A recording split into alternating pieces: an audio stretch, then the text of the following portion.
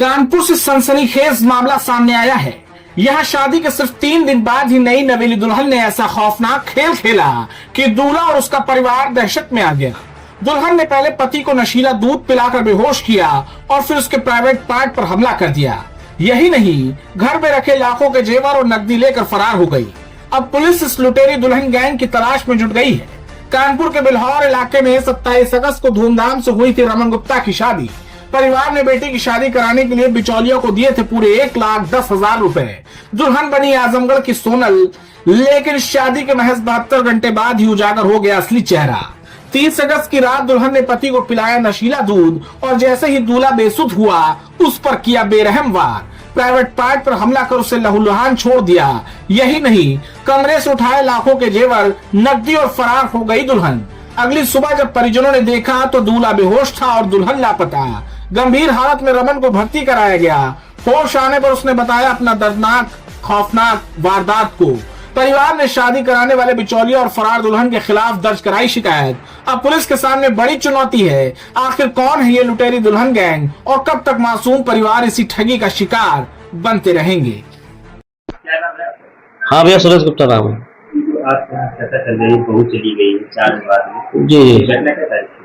ये 27/8 27 ये लगभग शनिवार की रात।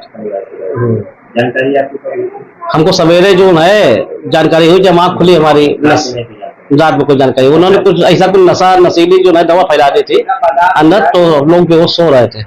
हमको ये पता नहीं चला क्या। शादी कराने के लिए कुछ पैसे दिए थे? हाँ, 1,10,000 रुपए दिया था, दलाल लोग ले गए थे। मीडिएटर आपके संपर्क कैसे आए, कहाँ के हैं? जी, कहाँ के रहने वाले, कैसे संपर्क? ये कन्नौज का लड़का है, दलाली है, ठीक है। उसने कहा तुम्हारी शादी करा देंगे बच्चे भतीजे की। तो भतीजी शादी कराने के लिए तो हमने कहा ठीक, देखो हम इतनी दूर नहीं जा पाएंगे, हमारे पास टाइम नहीं है। तो उन्होंने कहा आप परेशान ना हो, हम यही लड़की ले आएंगे और यहीं आपको सब कुछ करा देंगे। हाँ, बिलो हमारे घर ही पे। तो हमने जो नहीं मंगल को लमसम 2-2:30 बजे आ गए हमारे यहाँ। मंगल को सुनिए, ठीक है, मंगल को 2-2:30 बजे आ गए। तो उन्होंने कहा ऐसा करो, तो ना चलो यहीं तुम्हारी शादी करा देंगे। तो हमने रात में इंतजाम किया, पैसा कपाता, खरीदारी करी, सोना चांदी जेवर जटा जो भी खरीदारी करी। करने के बाद में बुध को अपने पंडित जी को बुलाया सुबह। तो फिर हमने दिनामान लमसम कार्यक्रम किया, 5-6 बजे तक ही कार्यक्रम चला, ठीक। उसके बाद में लोगों ने अपना पैसा ऐसा लिया, अपना चले गए। उसके दूसरे दिन दिनेश का फोन आया हमारे पास कि अगर बीवी तुम्हारी भाग जाए, औरत लड़की भाग जाए, हमारी कोई जिम्मेदारी नहीं। हमको धमकी दे दो क्या? अभी तुमने शादी कराई, अभी तुम भाग जाए, जिम्मेदारी नहीं।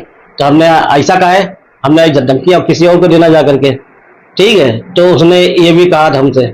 उसके बाद में जो ना क्या हुआ, ये शनिवार की रात में कुछ नशीला पदार्थ जो है लड़के को भी संगे जो भतीजे की शादी में यार उसका भी कुछ वो लिंग वगैरह जो है उसको देने का मसल दिया, उसकी भी सूजन आ गई लड़के को भी।